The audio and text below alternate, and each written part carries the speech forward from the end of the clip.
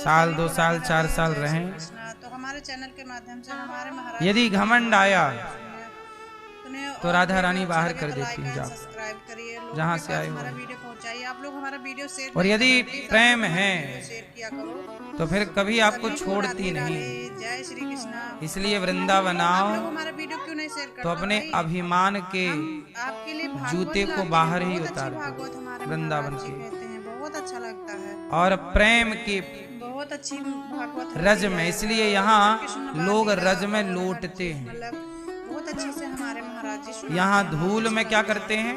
तो आप लोग हमारी भागवत लौटते सुना हैं। करिए। क्यों? और धूल में भागवत कौन अच्छी लौट लगे तो सकता? कमेंट बॉक्स में राधे राधे जरूर सरल लिखिएगा। के अभिमानी, सबको राधे राधे। अभिमानी नहीं लौट सकता। हाँ, इसलिए अभिमानी को भगवान, इसलिए तो बिहारी जी में पर्दा बंद होता है बार बार, बंद फिर खुला, बंद फिर खुला, बंद फिर खुला। क्यों पर्दा बार बार बंद होता है? मानो बिहारी जी ये कहते हैं कि हमने अपना पर्दा तो हटा लिया, पेंसिल लेके जाओ, अब तुम अपना पर्दा तो हटा लो घमंड का। हमने तो दर्शन दे दिए, तुम भी तो अपना दर्शन हमें दो। आपका यथार्थ दर्शन कहाँ है?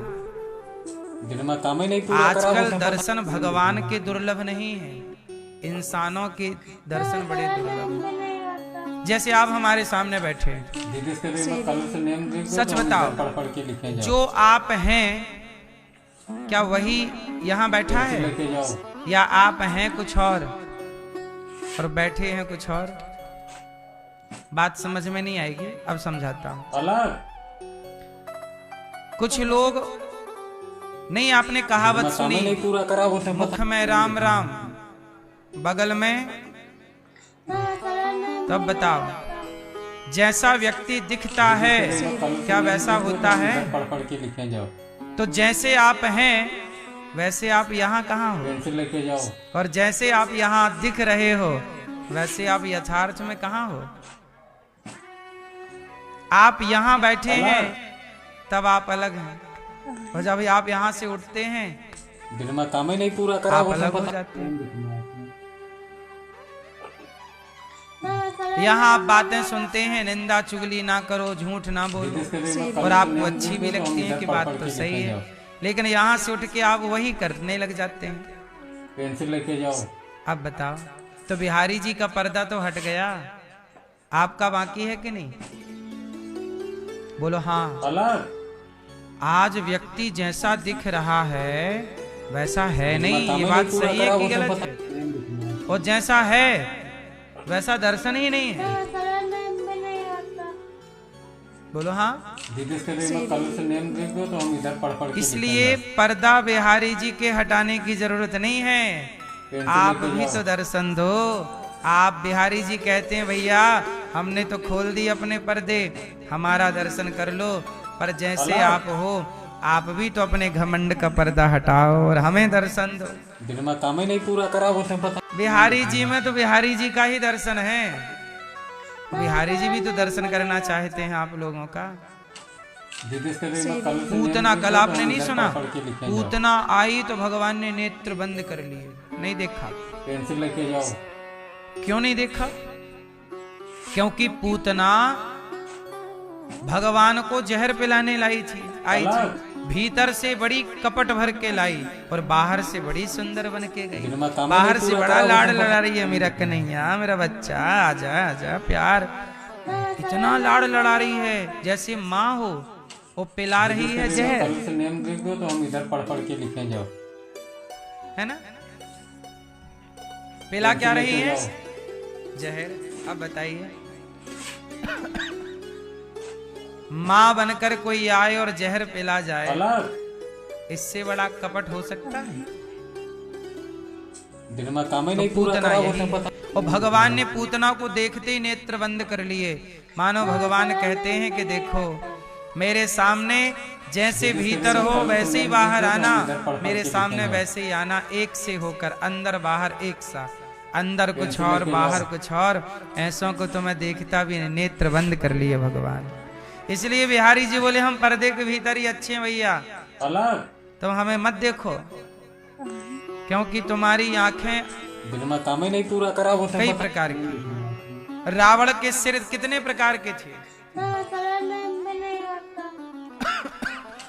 दीदी इसके देख मैं कल से नेम देख दो तो रावण का सिर 10 सिर। आप लोगों के सिर कितने हैं? सच्ची अलग आप लोगों के सिर भी बदलते हैं मेरी माँ। दिन में काम ही नहीं पूरा बच्चे करा को वो थोड़ा जाओ घुमा दो, सैर कराओ।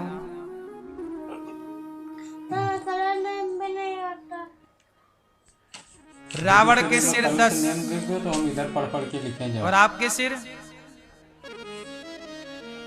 पेंसिल लेके जाओ। आजकल का व्यक्ति जब आप कहते हो भाई साहब हमें 10,000 की काम ही नहीं पूरा करा वो पता जब आप 10,000 मांगते हो तब आपका सिर कैसे होता है? भैया हमें 10,000 की जरूरत है। कल से नेम देख दो तो हम इधर पढ़ के लिखे जाओ तब आपका सिर कैसे होता है? और जब आपको किसी ने 10,000 दे दिए और 10 महीने बाद देने वाला मांगा भैया वापस कर दो, तब आपका सिर बदल जाता है कि नहीं? अरे भागे जा रहे हैं। दिन में काम ही नहीं पूरा करा वो पता एक तो उसने पैसे दिए और आपने बोला था 1 महीने बाद चुका देंगे और वो 10 महीने बाद मांग रहा है, तो आप उस पे ही गुस्सा कर रहे हैं। पेंसिल लेके जाओ। बताइए ये व्यक्ति एक सिर वाला है? फिर रावण के 10 सिर थे साहब, आपके गिने जाएं तो रावण से ज्यादा निकलेंगे। दिन में काम ही नहीं पूरा करा वो पता गिन लो।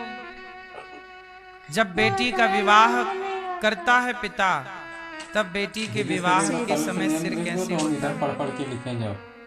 और जब बेटे का विवाह करता है पेंसिल लेके बेटी जाओ। के विवाह के टाइम ऐसे सिर और बेटे के विवाह के टाइम ऐसे। बोलो अलग हाँ। कर्जा लेते समय ऐसे और देते समय ऐसे। दिन में काम ही नहीं पूरा करा काहे वो मांग पता। रहे हो? मांगो मत। पैसा देने वाला ही बुरा होता है, लेने वाला बुरा। देख दो तो हम इधर पढ़ के लिखे देने वाला दे दे और दे के मांग ले तो बुरा। अच्छा ना दे तो बुरा, पैसा ना दे तो बुरा और दे करके मांग ले अलग तो बुरा। काहे मांग रहे हो?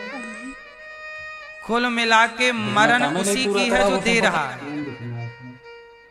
लेने वाला तो तब भी गाली देगा जब नहीं दोगे, और देकर मांगोगे तब भी गाली देगा। मांग रहे हो? इधर पढ़ के लिखे जाओ। बोलो हाँ। ये बात सच्ची है कि झूठी है? इसलिए रावण के सिर तो 10 थे, वो खुले में थे, दिख रहे थे 10 वाला। अलग आज के व्यक्ति के सिर कितने हैं आप गिन ही नहीं सकते। दिन में काम ही नहीं पूरा हर करा वो क्षण पता। बदल रहा है। काम जब तक नहीं निकलता तब तक व्यक्ति कैसा होता है? कल से नेम देख तो दो काम तो हम निकल इधर जाने पढ़ के लिखे बाद जाओ। कैसा होता है? बदला बदला दिखता है कि पेंसिल नहीं? लेके जाओ। बोलो हाँ। इसलिए लोग, इसलिए बिहारी जी ने पर्दा बंद कर लिया। नहीं, अलग तुम हमारे दर्शन ना करो। दिन में हम काम तो ही नहीं देखो पूरा फिर करा भी वो दर्शन पता। दे रहे हैं। तुम्हारा एक सिर जब हो जाए तब आ जाना। इसलिए भगवान की शर्त है, नेम देख दो तो हम इधर पढ़ के निर्मल लिखे जाओ। मन जन सो मोहि पावा, मोहि कपट छल छिद्र न भावा। छल कपट यदि आपके अंदर है अलग तो याद रखिएगा कि भगवान के दरवाजे सदा के दिन लिए में काम बंद ही हैं नहीं पूरा आपके करा लिए। वो पता।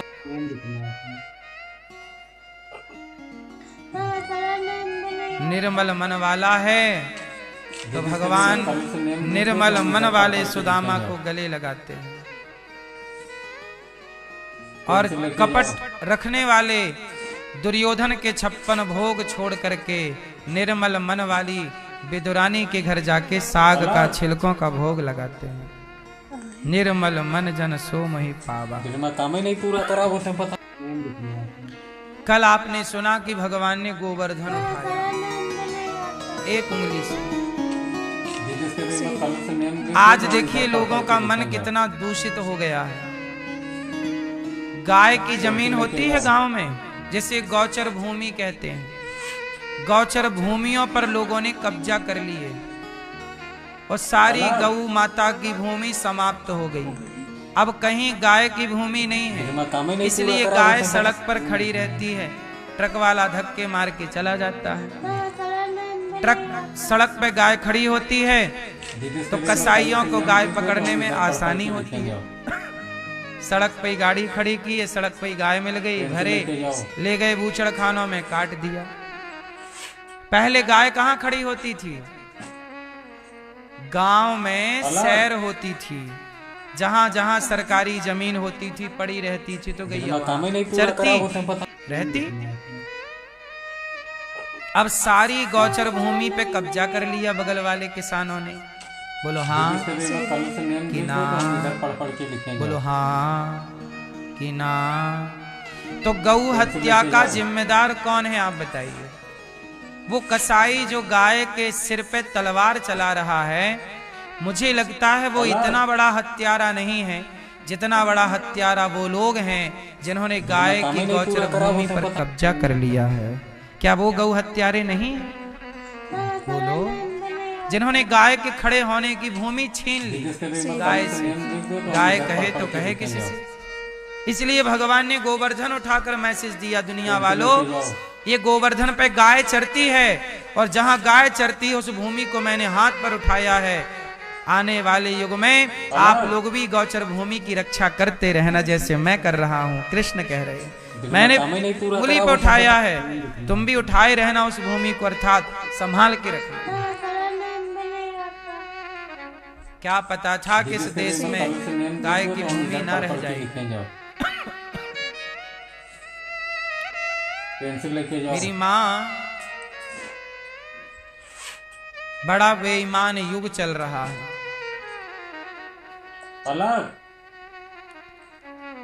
गाय कट रही है, दिल में काम ही नहीं कोई पूरा करा वो तो पता। फर्क नहीं पड़ रहा है किसी को,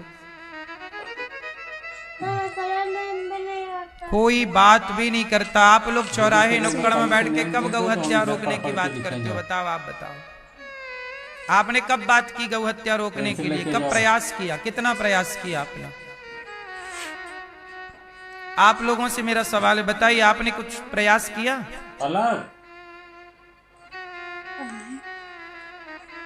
कितना प्रयास? काम ही नहीं पूरा करा वो तो। आपके गली के नेताजी से आपने कहा कि भैया गौ हत्या बंद करो? इस बार का चुनाव गौ हत्या बंद करने में पढ़ पढ़ के लिखे जाओ। आप जनता चाहती ही नहीं है, आप खुद नहीं चाहते कि गौ हत्या बंद हो। आप चाह लो, जनता चाह लेना साहब, सब कुछ संभव है। जनता ही तो नहीं चाह रही है, जनता चुपचाप देखना चाहती है मरती हुई गाय को। दिल में काम ही नहीं पूरा करा वो। बातें करने से ना होगा, धरा पे उसके लिए काम करना पड़ता है। हम तो गाय की सेवा करते हैं, हम तो क्या कर सकते हैं? गौशाला बना सकते हैं, गाय की सेवा कर सकते हैं। आप में से बहुत लोगों ने तो गाय को घर पे रखना भी छोड़ दिया। जब आप गाय रखोगे नहीं, खड़ी होगी सड़क पर, कसाई काटेगा ही। इसलिए हम सबकी जिम्मेदारी है कि गाय की रक्षा के लिए प्रयास किया जाए। भगवान का नाम है गोपाल। क्या नाम है? जो गौ माता का पालन करें वो गोपाल। आप भी पालन करिए, सेवा करिए। पेंसिल लेके जाओ। क्यों?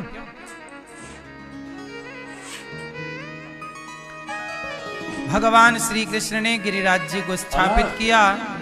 आज नंद बाबा को वरुण देवता लेकर गए। काम ही नहीं पूरा करा वो तो पता। सारे ब्रजवासियों को वरुण देवता के पास से नंद बाबा को लाए भगवान, और सारे ब्रजवासियों को बैकुंठ का दर्शन कराया। कहाँ का दर्शन कराया? वैकुंठ का दर्शन भगवान ने कराया सबको, और वैकुंठ से आकर के आज भगवान ने सुंदर सी बांसुरी बजाई। आज यमुना के तट पर खड़े होकर शरद पूर्णिमा की रात्रि में बांसुरी बजा के भगवान ने सुंदर सा गोपियों का आवाहन किया। आज हमारे भैया यश पाठक जी और अनुकृति पाठक जी कटनी से आए हैं। एक बार तालियां बजा के। श्री संजय पाठक जी के पुत्र हैं भैया श्री यश पाठक जी, और आप के पिताजी और आपके द्वारा खूब समाज की सेवा आप लोग करते हैं। और अभी कथा का आयोजन भी कराया था आपने कटनी में, बड़ा भव्य आयोजन था। और पूज्य दद्दा जी के लिए इन्होंने बड़ा सुंदर से शिवलिंग निर्माण का आयोजन रखा था। बड़ा पुण्य का काम करते रहते हैं आप यश जी और इनके पिताजी। भगवान ने इन्हें धन दिया है तो ये धन को धर्म से ही जोड़ते हैं, सेवा करते रहते हैं। किसी बेटी का विवाह कराना है तो ये आगे रहते हैं, किसी का इलाज कराना है तो ये आगे रहते हैं, अच्छे काम में आगे हैं। आप सब भी अपने धन को अच्छे काम में ही लगाइए। जरा सोचिए कि हम सभी लोग अपने अपने धन को अच्छे कामों में लगाने लग जाएं तो गरीबी समाप्त हो जाएगी कि नहीं? लोगों की टेंशन चिंताएं समाप्त होगा कि नहीं? हम एक दूसरे के काम आए। काम ही नहीं पूरा करा वो ये हमारे यश भैया जी अच्छा कार्य करते हैं, सबके काम आते रहते हैं, मिलनसार हैं। भगवान आपको तो हम इधर पढ़ पढ़ के लिखे जाओ। सा परिवार आप आए हैं, इनकी धर्म पत्नी अनुकृति जी आई हैं लेके जाओ और प्रेम से गौरी गोपाल भगवान का इन्होंने दर्शन किया। अब कथा भी सुन रहे हैं। अब ये कितनी अच्छी बात है कि आज की युवा पीढ़ी अब देखो कथा सुनने के लिए कदम आगे बढ़ा रही है। यदि आज की युवा पीढ़ी धर्म से जुड़ गई तो इन बच्चों का और इन बच्चों से इस भारत का भविष्य सुंदर हो जाएगा। क्योंकि धर्म जरूरी है। धर्म के बिना व्यक्ति पशु के समान है। कुत्ते के अंदर धर्म नहीं है, इसलिए वो पशु है? किसी के अंदर मनुष्य के सिवा किसी के अंदर धर्म हो तो बताओ। धर्म का ज्ञान किसके भीतर है? धर्म क्या है? धर्म केवल मंदिर जाना ही धर्म नहीं। हमने कल बताया था कथा कि देखना भी धर्म है। क्या देखें क्या ना देखें। बड़ी स्त्री को माँ, बराबरी की बहन और छोटी बच्ची को बेटी के रूप में देखना धर्म है। इसके अतिरिक्त और कोई नजर से देखोगे तो देखना भी अधर्म है। काम ही नहीं पूरा करा वो मतलब देखने में भी धर्म है। क्यों? हमारे यहाँ हमारे ऋषियों ने देखना सिखाया है। इसलिए कहते हैं कि हम इधर पढ़ पढ़ के लिखे जाओ। देखो भालो तको मत, बोलो चालो बको मत, खाओ पियो छको मत, चलो फिरो थको मत। सब में धर्म है। राम के आचरण में धर्म है कि नहीं? काम ही नहीं पूरा करा वो बोलो। जिस व्यक्ति का जीवन धर्म से जुड़ा है वही व्यक्ति महान है। दीदी से भी मैं कल से नेम लिख दो तो हम इधर पढ़ पढ़ के लिखे जाओ। धर्म पेंसिल लेके जाओ का आचरण करने वाला व्यक्ति महान होता है। इतिहास में उन्हीं का नाम है जो धर्म पर चले। राजा हरिश्चंद्र को जानते होंगे आप। राजा हरिश्चंद्र ने बाजार में अपने को बेच दिया। पत्नी उनकी बिक गई, पुत्र उनका बिक गया, पर धर्म नहीं छोड़ा। कितना प्रिय है धर्म। बाजार में कौन बिक सकता है भाई? एक राजा, जो राजा है वो कह रहा है मुझे खरीद लो भाई। हरिश्चंद्र क्यों बिक गए? क्योंकि उन्होंने किसी को कुछ पैसे देने का बोला था किसी साधु को कि मैं आपके यज्ञ में ये पैसे दूंगा। तो हम इधर पढ़ पढ़ के लिखेंगे। और जब वो साधु ने पैसे मांगे तब तक हरिश्चंद्र अपना संपूर्ण राज्य किसी को दान कर चुके थे।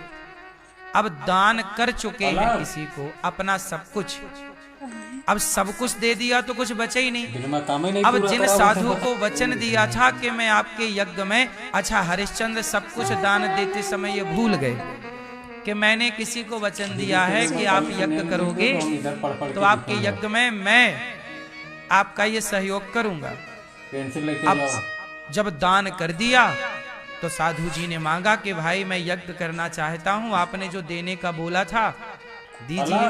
अब हरिश्चंद्र बोले अब मैं कहां से लाऊं, अब तो मैं सारा, जब राज्य दान कर दिया तो खजाना भी दान हो गया, अब तो 1 रुपया नहीं बचा, तो क्या करूं? तो मैं आपका दूंगा महाराज, मुझे 1 महीने का टाइम दीजिए।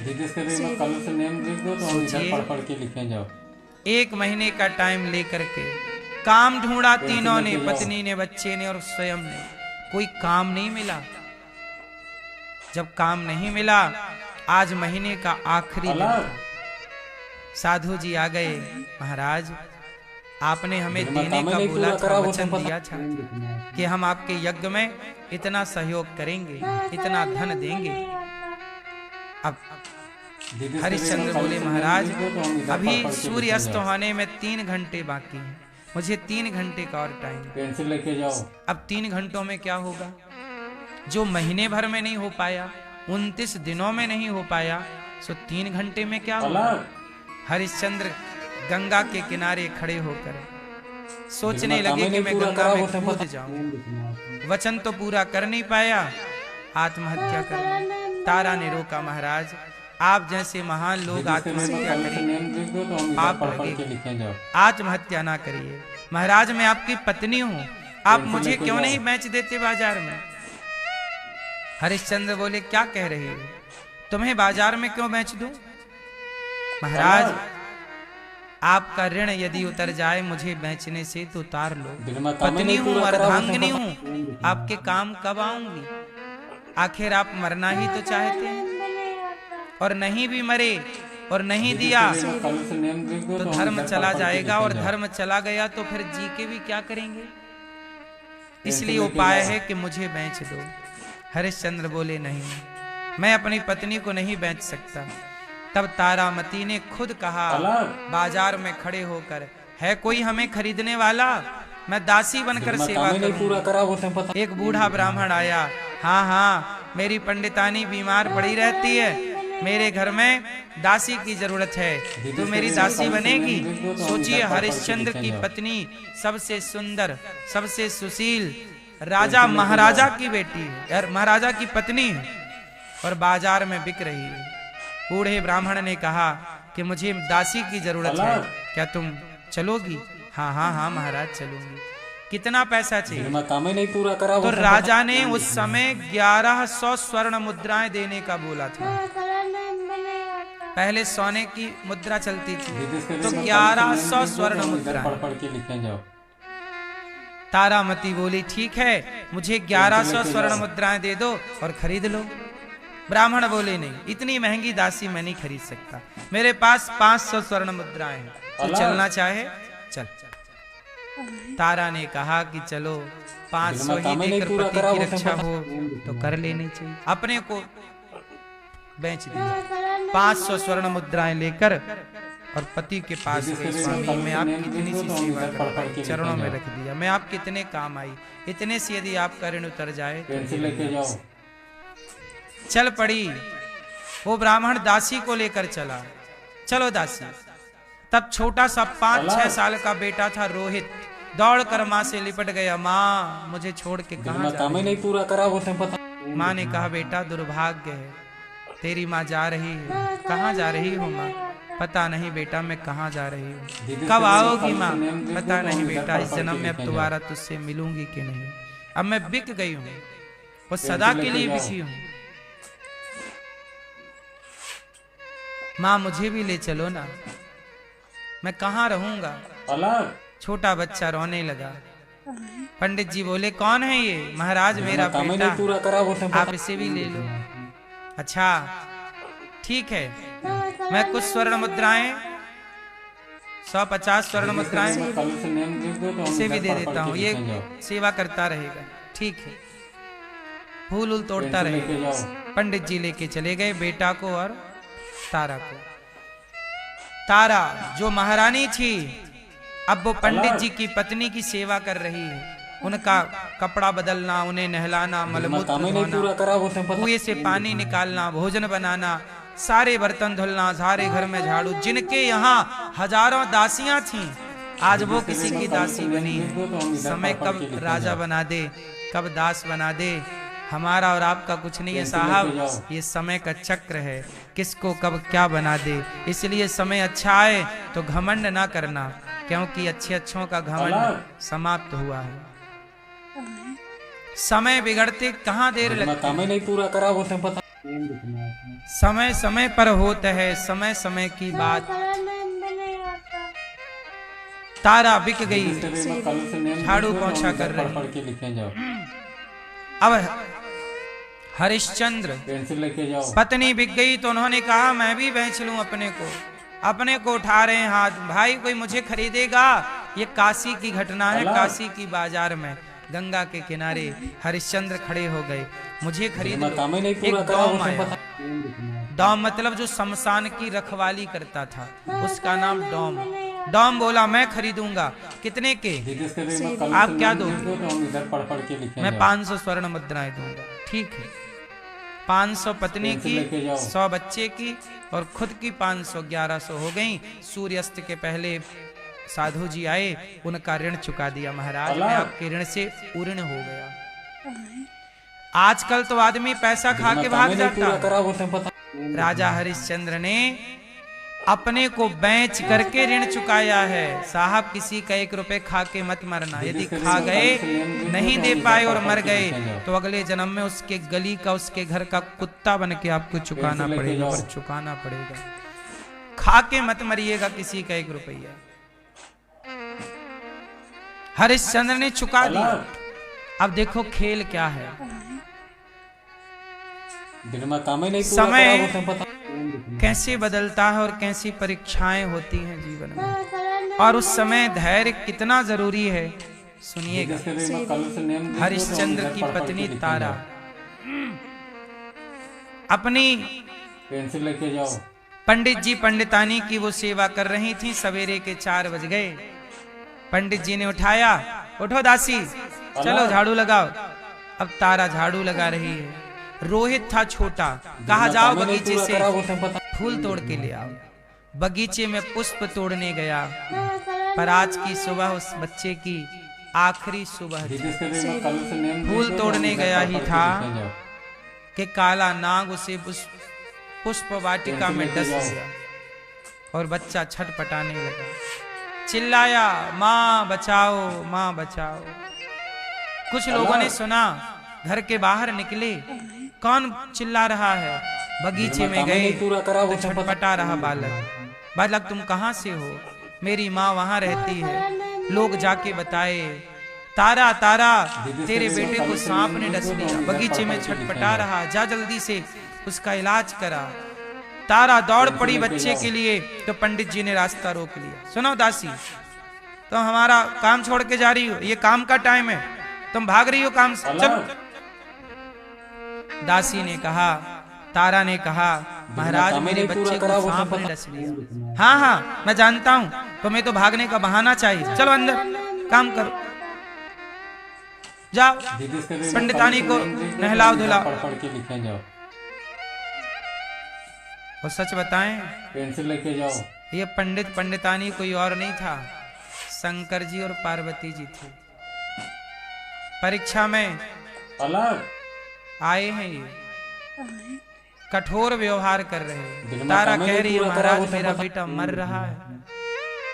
शंकर जी कह रहे हैं तुम तो बहाना कर रही हो, काम करना नहीं चाहती हो, तुम पैसे लेके बैठ गई, तो हम इधर पढ़ पढ़ के लिखे जाओ, चलो काम करो। बेचारी तारा लौट के, सोचिए बच्चा तड़प रहा है, और चूंकि इन्होंने हमें खरीदा है तो इनकी बात मानना हमारा धर्म है, इसलिए तारा लौट कर आई और सेवा करने लग गई। दिन भर पूरा करा वो तो आज शंकर जी और पार्वती जी ने दिन भर तारा को अपने बातों में, अपने काम में उलझाए रखा। और दिन भर वो बालक, अब वो तो छटपटा रहा था, घंटे भर बाद मर गया और मरा पड़ा रहा दिन भर। सोचिए, जिस माँ का बेटा मरा पड़ा है और उसे देखने भी ना दिया जाए। जब पंडित जी, जब शंकर और पार्वती जी रात को सो गए, दिन में काम ही नहीं पूरा करा वो शंकर पार्वती ही पंडित पंडितानी बने थे खरीदने के लिए, सो गए। तब तारा रात के गई और रात के जब गई तो बच्चा मरा पड़ा था। जब तारा का बेटा मरा, उसे उड़ाने के लिए कफन का टुकड़ा नहीं था। आधी साड़ी पहनी थी, आधी साड़ी फाड़ करके बच्चे को उड़ाया। देखिए, एक महाराजा का बेटा मरा है, कफन नसीब नहीं हुआ। कल हमने आपसे कहा था कि हम मरेंगे, हमें क्या नसीब होगा, क्या नसीब नहीं होगा, ये तो समय बताएगा। हरिश्चंद्र के बेटे को कफन नसीब नहीं हुआ। तारा बोली कि ये पड़ा रहेगा, कुत्ते खा जाएंगे शरीर को। उठाकर सोची, चलो अंतिम संस्कार तो कर दूं। तारा लेकर के चली बच्चे को गोद में और पहुंची गंगा के किनारे। संयोग देखिए कि जिस शमशान घाट में वो पहुंची बच्चे का अंतिम संस्कार करने, वहां शमशान में जो डोम हरिश्चंद्र को खरीदे थे, हरिश्चंद्र उसी शमशान में पहरा देते थे। कोई भी मुर्दा जलेगा तो पहले टैक्स वसूल करना, फिर जलने की इजाजत देनी। आज भी हरिश्चंद्र घाट है काशी में, आज भी ये उसी घाट की चर्चा है। अब हरिश्चंद्र उसी घाट पर पहरा दे रहे थे। अब ये रात को अपने बच्चे को लेकर आई गोद में और गंगा के किनारे जोर जोर से रोने लगी। मोहल्ले में, वहां गांव में रोती तो लोग जाग जाते, कहीं पंडित जी जाग ना जाएं, कहीं बुला ना लें, तो गंगा के किनारे रो रही है। गंगा मैया, क्या बिगाड़ा था इस बच्चे ने। स्वयं जब रोने लगी तो हरिश्चंद्र जी के कानों में शब्द गया। रात का टाइम था, हरिश्चंद्र आ गए। अब देखो, हरिश्चंद्र आ गए, लेकिन दोनों ने एक दूसरे को पहचाना नहीं, क्योंकि रात थी और ये घटना भी बिछड़ने के कई महीने बाद की। तारा को पता ही नहीं कि मेरे पति कहाँ हैं, और हरिश्चंद्र को भी पता नहीं कि मेरे पति कहाँ हैं। ऐसे बिछड़ गए। पर संयोग देखो, फिर मिल गए, पर मिले पहचाने नहीं। तारा रो रही है, हरिश्चंद्र बोले, देवी क्या हुआ? भैया महाराज, मेरा बेटा मर गया। क्या हुआ? सांप ने डस लिया। हरिश्चंद्र समझाने लगे, ये तो विधि का विधान है, मृत्यु तो आती है, हम सबको एक ना एक दिन मरना पड़ता है। आज ये बच्चा गया, कल आप जाओगी, एक दिन हम भी जाएंगे। कौन रहा इस धरती पे? इसलिए देवी आप रोइए ना। बच्चे का अंतिम संस्कार कीजिए। पर ये बताओ, आप अकेली आई हो? आज पहली बार शमशान में कोई अकेला आया बच्चे को लेकर। परिवार कहाँ है? समाज कहाँ है? लोग कहाँ हैं? कंधा देने वाले कहाँ हैं? रोने लगी तारा, महाराज मैं अभाग्य नारी हूँ, मेरा बेटा मरा तो कोई कंधा देने वाला भी ना हुआ, इसे कफन का टुकड़ा भी नसीब ना हुआ। समाज कौन है? किसे बुलाऊं? देवी कौन हो तुम? क्यों नहीं है समाज तुम्हारे साथ? महाराज मैं भाग्य की मारी हूं। क्या हुआ तुम्हारे साथ? महाराज मैं हरिश्चंद्र की पत्नी तारा हूं। काम ही नहीं पूरा करा वो। अब देखो, हरिश्चंद्र की पत्नी हरिश्चंद्र को कहानी सुना रही है, मैं तारा हूं। अब हरिश्चंद्र ने सुना, अवाक रहे, पर बोले कुछ नहीं। मुझे एक ब्राह्मण ने खरीद लिया, मेरा बच्चा 5 साल का था, पुष्प तोड़ने गया, सांप ने डस लिया, मर गया, सुबह मर गया था। तो देवी आप रात को क्यों आई हो? दिन में काम ही नहीं पूरा करा होते हैं, पता दिन भर पंडित जी ने घर से निकलने ही नहीं दिया, कहा कि ये काम है, ये काम है, ये काम है।, मैं काम करती रही, क्या करती? हरिश्चंद्र की पत्नी हो ना, अपने धर्म को नहीं छोड़ सकती, लेके जाओ, अपने कर्तव्य नहीं छोड़ सकती। मेरे पति ने अपने आप को बाजार में बेच दिया है धर्म के लिए। जिसका पति बाजार में बिक गया हो धर्म के लिए, जो धर्म के लिए बिक रहा हो, काम ही नहीं पूरा वो करा भला होते हैं, बच्चे के मरने पर धर्म क्यों छोड़ेगा? कैसे छोड़ेगा ये तो बताओ। बच्चे के मरने पर भी धर्म नहीं छोड़ा कि पंडित जी की बात ना माने और दौड़ जाए। क्या रोकोगे मेरे को? दौड़ जाती चाहती तो नहीं, मैं बच्चे के पास जाऊंगा नहीं, पर आप मेरे मालिक हैं, आपने मुझे खरीदा है, आपकी बात मानना मेरा धर्म है। क्या बताऊं महाराज, मैं धर्म की बेड़ियों में, देखो ये धर्म है, काम ही नहीं पूरा करा ये धर्म का पालन करना इतना भी तो सरल नहीं है। सरल होता तो सारे लोग धर्म का आचरण ना करते। हरिश्चंद्र के बाद करोड़ों लोग इस धरती पर आए और गए, पर हरिश्चंद्र जैसे धर्म का पालन केवल हरिश्चंद्र ने ही किया है। धर्म का पालन करना इतना सरल होता तो आप लोग, हम लोग, सब लोग ना कर लेते। फिर भी मेरी माँ, मैं हरिश्चंद्र नहीं बन सकता, लेकिन 2% तो हरिश्चंद्र बन सकता हूँ। मैं राम नहीं बन सकता, पर 2% राम तो बन सकता हूँ। राम का 2% आचरण उतार सकता हूँ, हरिश्चंद्र का 2% आचरण तो उतार ही सकता हूँ। हरिश्चंद्र सुन रहे हैं, तारा रो रो के अपनी गाथा सुना रही है। हरिश्चंद्र रो पड़े, सिसक सिसक के जब रोए, तारामती बोली महाराज आप क्यों रो रहे हैं? ये तो मेरा दुख है, मेरा दुख सुन करके आप क्यों दुखी हो रहे हैं? हरिश्चंद्र बोले देवी ये मेरा भी तो दुख है। क्या तुम्हारे बेटे का नाम रोहित है? अब जैसी रोहित बोला, तारा पहचान गई, महाराज आप। हरिश्चंद्र की ये हालत देख करके ये शमशान में एक डॉम के स्थान पर कार्य कर रहे हैं। तारा रोने लगी, बेटे के मरने में इतना दुख ना हुआ जितना राजा हरिश्चंद्र की ये हालत देख करके हाल हुआ। कि शमशान में आप रहते हैं, महलों में रहने वाले हरिश्चंद्र को शमशान में रहना पड़ा। ये समय का चक्र ही तो है ना मेरी माँ। महलों में रहने वाले को शमशान में रहना पड़ा। इसलिए हरिश्चंद्र अपनी पत्नी से कहते हैं, देवी मैं भी बाजार में बिक गया, एक काम करो अब जल्दी से पुत्र का अंतिम संस्कार कर दो। हरिश्चंद्र, तारा बोली मैं कैसे कर दूं, आप पिता हैं आप करिए। हरिश्चंद्र बोले मैं पिता था, अब तो मैं किसी का बिका हुआ नौकर हूं, मैं कैसे संस्कार करूं। और सुनो देवी, यदि संस्कार करना है ना यहाँ पर तो आपको टैक्स देना पड़ेगा। दिन में काम ही नहीं पूरा करा होते हैं, पता। तारा बोली मैं टैक्स कैसे दूं? बोले जाओ अपने मालिक से 1 स्वर्ण मुद्रा लेके आओ, यहाँ जलाने का टैक्स है 1 स्वर्ण मुद्रा।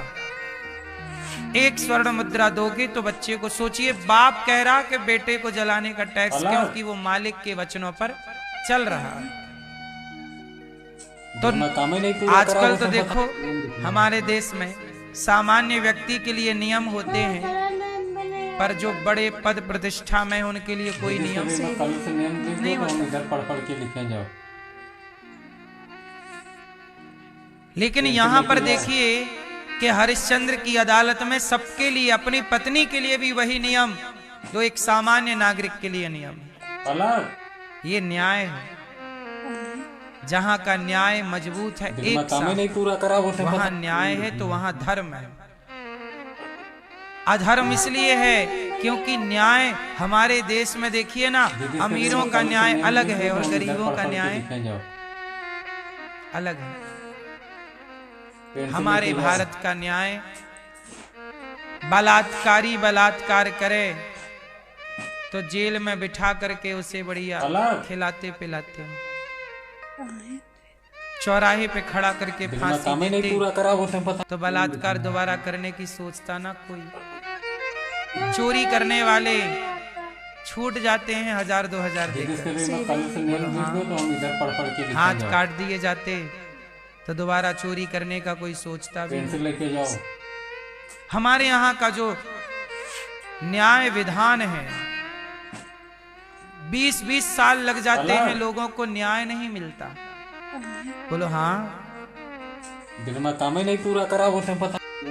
जहाँ न्याय ही ना मिले वहां किससे क्या उम्मीद करेंगे आप? न्याय करने वाला ही पैसों में बिक जाता है, पैसे लेकर के किसी के भी पक्ष में न्याय हो सकता है। किससे उम्मीद है? ये तो अन्याय है। पर हरिश्चंद्र की अदालत में न्याय था। पत्नी से कहा कि नहीं पूरा करा, पत्नी बोली कि मैं कहां से लाऊं, मैं तो बिक चुकी हूं, कुछ नहीं है। तो बोले एक काम करो, फिर अपने बेटे को गंगा जी में डाल दो।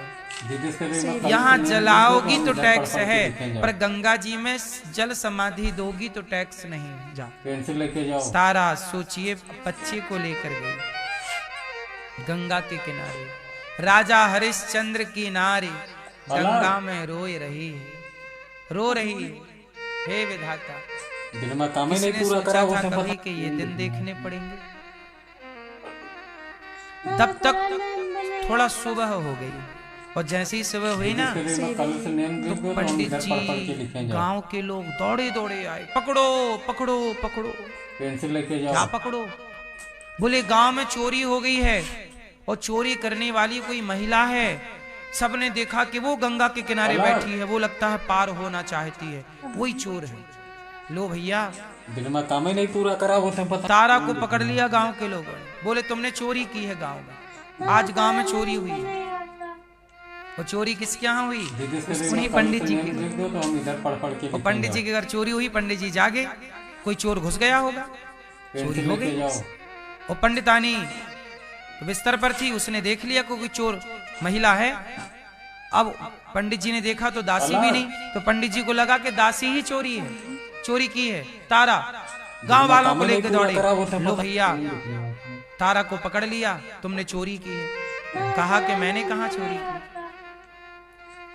अब राजा के पास ले गए तारा को, महाराज की जय हो। क्या हुआ? बोले इस महिला को पकड़ा है रंगे हाथों, इसने चोरी की है, ये हमारे घर की दासी थी, चोरी करके भाग गई। राजा ने कहा एक काम करो, इसे रथ पर बिठाओ, बांध दो इसे, और पूरे गांव में घुमाओ। और गांव में घुमा के ले जाके शमशान में डॉम से कहना किसकी गर्दन काटी।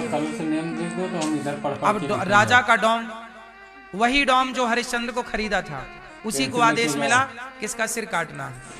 वो पहले गांव में घुमाओ, हरिश्चंद्र की पत्नी को गांव में घुमाए, किसने चोरी की। और बेटा वहीं किनारे पड़ा है अभी, गंगा के किनारे। अभी उसे नहीं पूरा करा, समाधि भी नसीब नहीं हुई, ना आग नसीब हुई, ना मृत्यु के बाद मिट्टी नसीब हुई, न समाधि के लिए जल, समाधि के लिए जल नसीब। पकड़ के घुमाए और ले गए उसी शमशान में जहां हरिश्चंद्र थे। तो डॉम ने हरिश्चंद्र को आदेश दिया कि इस महिला ने, अब हरिश्चंद्र ने देखा कि पकड़ के क्या कर रहे हैं, बोले मार रहे हैं, पीट रहे हैं लोग। और हरिश्चंद्र के पास लाए, बोले इस महिला का सिर काट। नहीं पूरा करा वो अब तारा का सिर काटना है। किसे? हरिश्चंद्र को आदेश दिया है डॉम ने, जिसने हरिश्चंद्र को खरीदा था। और ये आदेश राजा का है, वहां का क्षेत्रीय राजा। अब तो डॉम तलवार दे दिया हरिश्चंद्र। हरिश्चंद्र देख रहे हैं पत्नी को। अच्छा, दुनिया नहीं पहचान रही है कि ये दोनों कौन है। पर ये दोनों पहचान रहे हैं कि हम दोनों कौन हैं? दिन में काम ही नहीं पूरा करा वो तारा हरिश्चंद्र के हाथों में तलवार देख रही है। तारा बोली, स्वामी कल से नियम लिख दो तो हम इधर पढ़ पढ़ के लिखे जाओ। कांप रहे हैं आपके, कपाइए मत। पेंसिल लेके जाओ। पत्नी चली गई तो आ जाएगी, पुत्र चला गया तो आ जाएगा महाराज। हाथ ना कपाइए, मजबूती से तलवार पकड़िए और मेरी गर्दन पर चलाइए। मैं काम ही नहीं पूरा करा पत्नी वो चली गई तो आ जाएगी, पुत्र चला गया तो आ जाएगा, पर धर्म चला गया तो फिर कभी नहीं आएगा। धर्मो रक्षति रक्षिता, कल से नियम लिख दो तो हम इधर पढ़ पढ़ के लिखे जाओ। धर्म बचाओ। और साहब लेके जाओ। आज लग रहा है विधाता तू भी निर्दयी हो गया है, दया नहीं आ रही। हरिश्चंद्र अलग के आगे तारा ने सिर झुकाया। तलवार से काटने का ना कसाई लोग पहले क्या करते थे, मृत्यु दंड देते थे। किसी को फांसी की सजा तो किसी का सिर काटने की सजा मिली तो वहां पे एक लकड़ी का होता था कटा हुआ, सिर उसमें डालते थे फिर काटते थे। तो तारा ने उसमें सिर अंदर कर लिया और तलवार पकड़ के हरिश्चंद्र ने जैसे ही तलवार चलानी चाहिए भगवान दौड़ पड़े और भगवान ने तलवार पकड़ ली। बस करो हरिश्चंद्र, बस करो, अब और नहीं। हरिश्चंद्र के सामने भगवान प्रकट हो गए। वो जो पंडित पंडितानी थे वो शंकर जी के रूप में प्रकट हो गए। भगवान काशी विश्वनाथ शिव प्रकट हो गए। और वो जो डोम था वो धर्मराज, साक्षात धर्मराज थे। सब प्रणाम कर रहे हैं, शंकर जी हाथ जोड़ के खड़े हैं हरिश्चंद्र के आगे। भगवान ने तलवार पकड़ी, हरिश्चंद्र ने कहा प्रभु आप चरणों में गिर पड़े। तारा और हरिश्चंद्र, क्या हुआ प्रभु? काम ही नहीं पूरा करा वो पता। भगवान रोने लग गए। राजन, इतनी बड़ी संसार, इतना बड़ा, इतनी बड़ी दुनिया, इतने सारे लोग इस धरती पे आए, पर धर्म का पालन करके जैसे तुमने बताया है समाज को, आज तक धर्म का इस तरह से पालन किसी ने नहीं किया कि तुमने धर्म के लिए तनिक भी समझौता नहीं किया। अरे तुम्हारी पत्नी थी, एक बार तो सोच लेते कि पत्नी को क्यों मारूं, और तुम्हारा ही बेटा मरा था, उसे ना शमशान पे जगह दे देते ना महाराज। यदि मैं अपनी पत्नी के साथ धर्म से समझौता करता, पुत्र के साथ करता, तो मर करके तो आपके ही द्वार पे आता।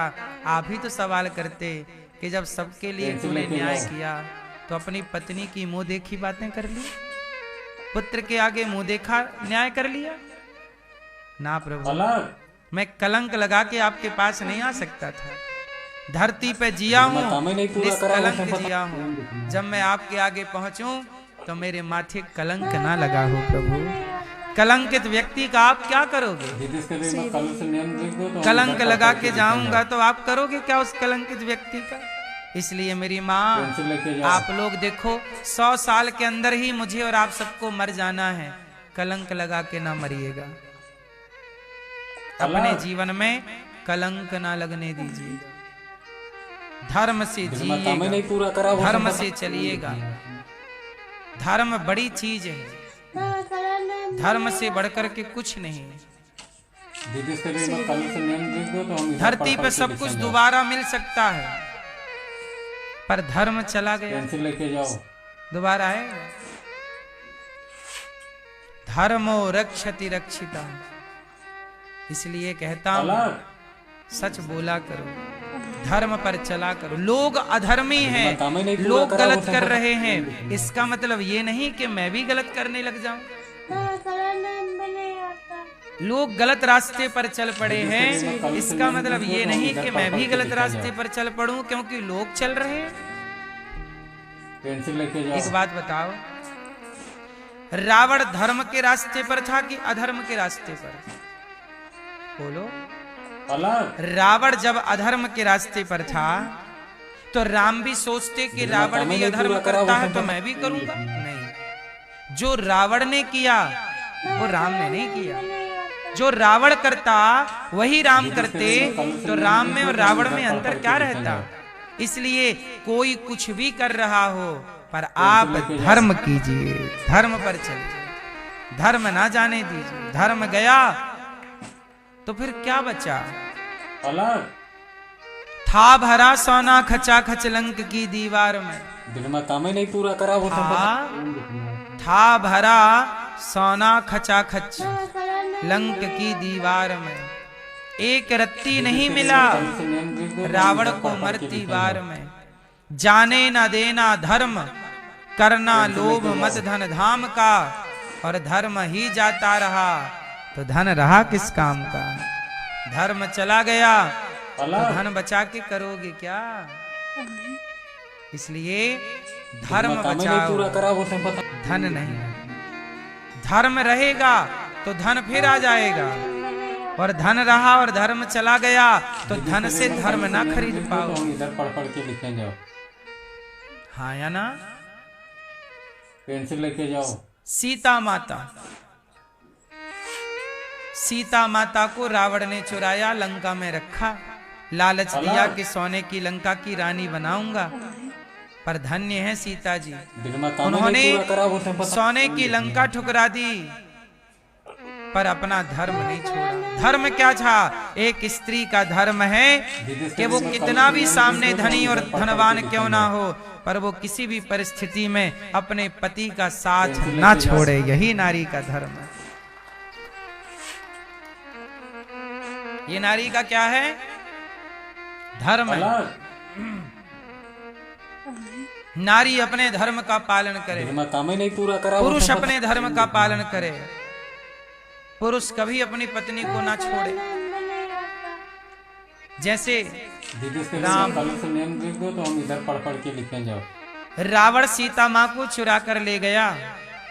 एक बात बताओ, राम के पास ज्यादा पावर है कि रावण के पास? किसके पास? अलग किसके पास? राम तो मनुष्य बनकर आए थे नहीं पूरा करा। और मनुष्य की लीला में राम के पास तो झोपड़ी भी नहीं थी और रावण सोने की लंका में था। ताकत तो देखो। यदि इधर पढ़ पढ़ के लिखे जाओ। राम भगवान है इस दृष्टि से देखोगे तो राम के पास ताकत ज्यादा है। लेकिन यदि राम मनुष्य बनकर आए हैं, विप्रधेनु सुर संतहित लीन मनुज अवतार, इस दृष्टि से देखो तो रावण ज्यादा ताकतवर दिख रहा है। एक बात बताओ, पूरा करा वो पता। राम अपनी पत्नी के लिए रावण से लड़ गए कि नहीं? क्या राम की रावण से कोई पर्सनल लड़ाई थी क्या पहले से? राम रावण की कोई लड़ाई नहीं थी। लेके जाओ। केवल सीता माता के लिए, सीता माँ के स्वाभिमान और सम्मान के लिए राम जी रावण से लड़ गए। सीता माँ ने पति का त्याग नहीं किया तो भगवान राम ने भी पत्नी का त्याग नहीं किया। वो लड़ गए, रावण से सीता मैया को वापस ली। बोलो हाँ। फिर आप कहोगे कि राम जी ने वनवास तो भेज दिया था किसी धोबी के कहने से, तो त्याग कर तो दिया राम ने। सुनो, राम जी ने सीता जी का त्याग नहीं किया। राम जी को त्याग करना होता तो जिस दिन रावण के घर से आई थी उसी दिन ना त्याग कर देते। यदि राम जी को त्यागना होता तो इतने दिन ले जाके अयोध्या जी में क्यों रखते? उसी दिन ना त्याग देते कि तुम तो रावण के घर रह के आई हो। सीता माँ को राम ने नहीं त्यागा, सीता माँ को लोगों ने त्यागा है। सच बताओ, सीता माँ को लोगों ने त्यागा है कि राम ने? बोलो।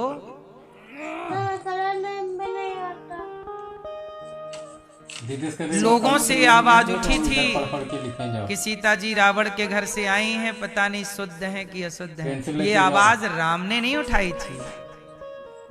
बताइए, क्या सीता माँ के चरित्र पर उंगली राम ने उठाई है? किसी व्यक्ति ने उठाई है। दिल में काम ही नहीं पूरा करा। उस व्यक्ति ने उठाई और उस व्यक्ति की बात को लोगों ने, कुछ लोगों ने सपोर्ट किया, तो त्यागा राम ने नहीं।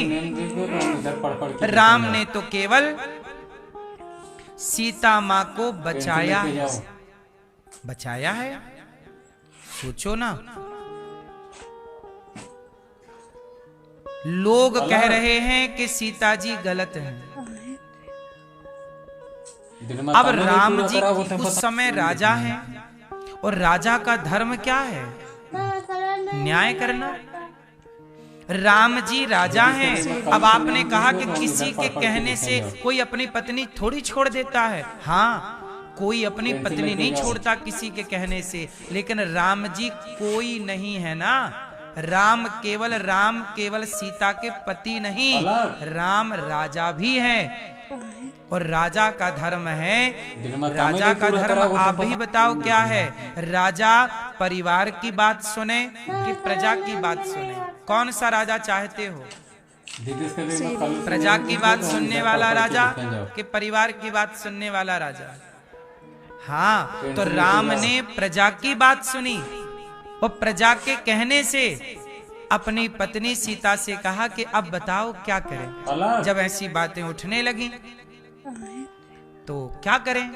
नहीं पूरा करा ने कहा कि मैं गर्भवती हूँ, मैं चाहती हूँ कि मेरे बच्चे इस माहौल में जन्म ना लें, मेरे बच्चे संत के आश्रम में जन्म लें, ताकि संतों वाले आचरण मेरे बच्चों के अंदर आए। तो राम जी बोले कि आपका मन है संत। ये बात वाल्मीकि रामायण में लिखी है।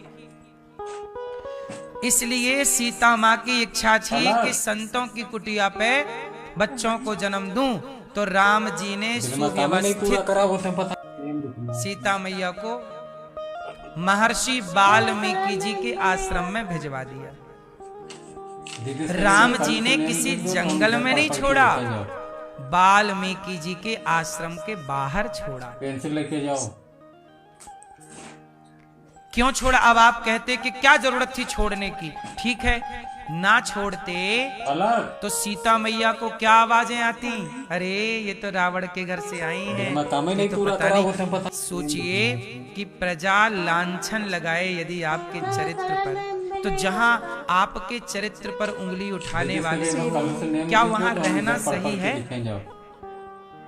क्या आप वहां रह सकते हैं जहां आपके चरित्र पर उंगली उठाने वाले लोग हों, और जो कि आप सही हैं फिर भी उंगली उठाई जाए? बोलो।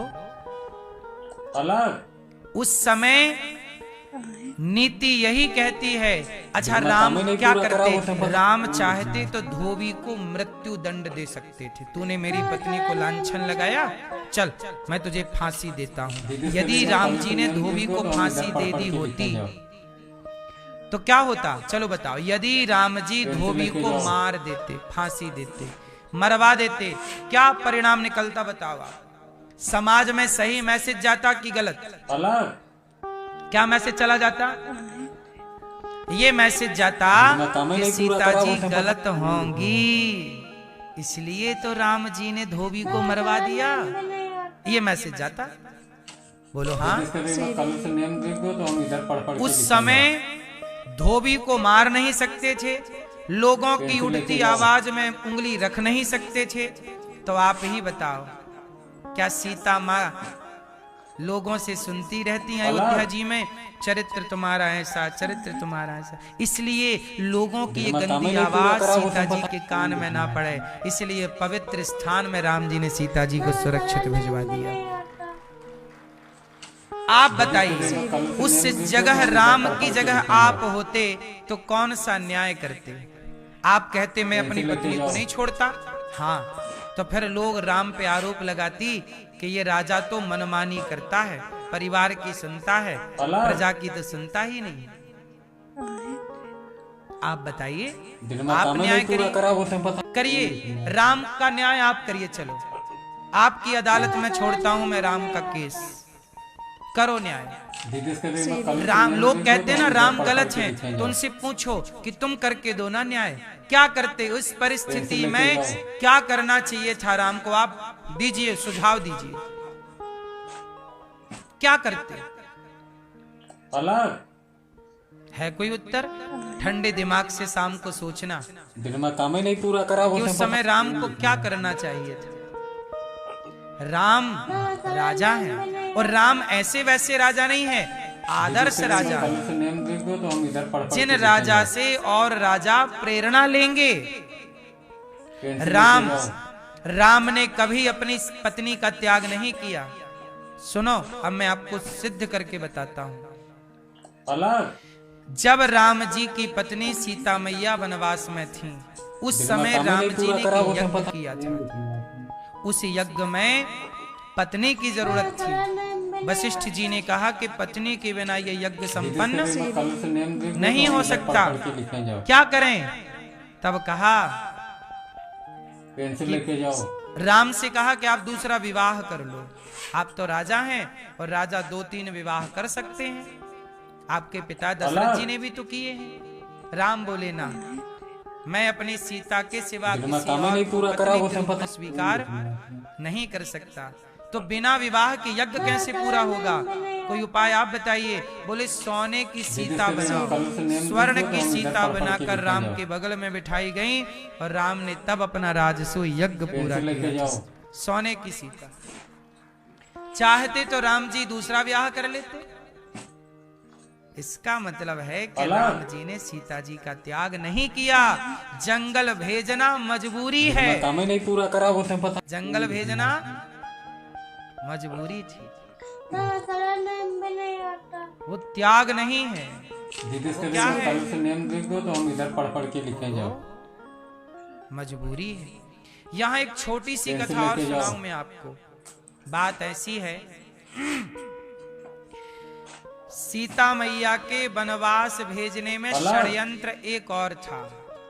धोबी का षड्यंत्र था, ये तो आप सब जानते हैं। नहीं पूरा करा वो लेकिन एक और है इसमें नाम, कहो तो मैं बता दूं। एक नाम और है, माता कैकई। माता कैकई भी चाहती थी कि राम और सीता में फूट पड़ जाए। क्यों चाहती थी? कि राम सीता में फूट पड़ेगी तो राम टूट जाएंगे, और टूट जाएंगे तो शायद मेरे भरत को फिर मौका मिल जाए। कैकई माँ के अंदर से अभी ये ख्वाब गया नहीं है। भरत को राजा देखना चाहती हैं। कौन? कैकई माँ। इसकी एक छोटी सी कथा मैं आपको सुनाता हूँ। पेंसिल लेके जाओ। एक दिन क्या हुआ कि सीता माँ और कैकई माँ दोनों एक कमरे में बैठी थी।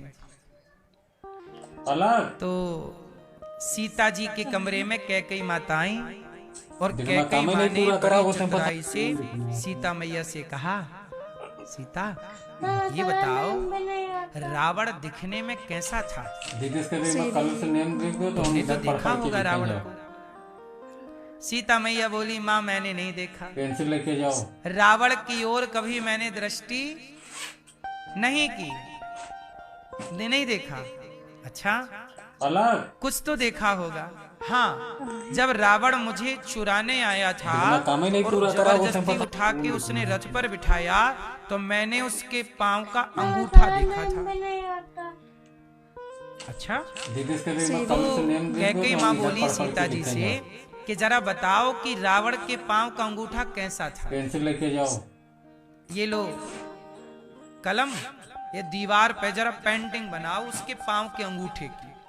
तो सीता मैया ने जैसे जैसे देखा उसके पांव का चित्र दीवार में बना दिया। पांव का नहीं, सिर्फ अंगूठे का। और अंगूठे का चित्र बना करके सीता मैया को कोई काम आ गया और वो चली गई। अब वहां है कैकई। कैकई माँ ने क्या किया कि कैकई माँ ने रावण के बारे में बड़ा सुना था, और बड़ा जब सुना तो कैकई माँ जानती तो थी कि रावण दिखने में कैसे, सुन तो रखा था। उस आधार पर कैकई माँ ने रावण का चित्र पूरा चित्र कैकई जी ने बना दिया। अब सीता मैया के कमरे में किसका चित्र बन गया? जोर से। रावण का। किसने बनाया? कैकई ने। अब कैकई माँ चली गई। पेंसिल लेके जाओ। अब संयोग देखिए कि वहां पे आ गए राम जी, और जब राम जी आए तो राम जी ने रावण का चित्र देखा। रावण का चित्र नहीं पूरा करा वो अभी राम देख ही रहे थे, सोच ही रहे थे कि कैकई जी आ गए। और कैकई मैया बोली, राम कल से नेम देख दो तो हम इधर पढ़ देख पढ़ के रहे हो? लिखें जाओ। सीता की करतूत पेंसिल लेके जाओ। क्या हुआ माँ? देखो अभी भी रावण का चिंतन छोड़ा नहीं है इन्होंने। देखो कमरे में चित्र बना रखा है भैया। जैसे इन्होंने दशरथ जी को भड़काया, दिन में काम ही नहीं पूरा करा, जैसे मंथरा ने कैकई को भड़काया, ऐसे अब इनकी आदत तो वही वाली थी, लड़ने लड़ाने भड़काने भड़कने। कल से नेम देख दो तो हम इधर पढ़ पढ़ अब वो के लिखें जाओ। संस्कार कहाँ जाए मंथरा वाला? तो ये राम जी से बोलने लग गई पेंसिल लेके जाओ। कि देखो सीता के कमरे में चित्र बना है। अब राम जी को थोड़ा तो क्रोध आया, पर राम जी बहुत समझदार हैं। कैकई माँ चली गई हवा लगा के। अब सीता काम ही मैया नहीं आई पूरा करा, वो तो तो पता। राम जी गुस्सा में खड़े। सीता जी बोली, प्रभु क्या हुआ? सीता मैया बोली, प्रभु कल से गुस्सा नेम क्यों? देख दो तो हम इधर पढ़ राम पढ़ जी के बोली, ये लिखें चित्र जाओ। किसका है? सीता जी ने अब देखा कि पेंसिल लेके जाओ। प्रभु ये चित्र में कौन है मैं नहीं जानती, मैंने केवल अंगूठा बनाया है। वो देखो वो केवल अंगूठा मैंने बनाया है।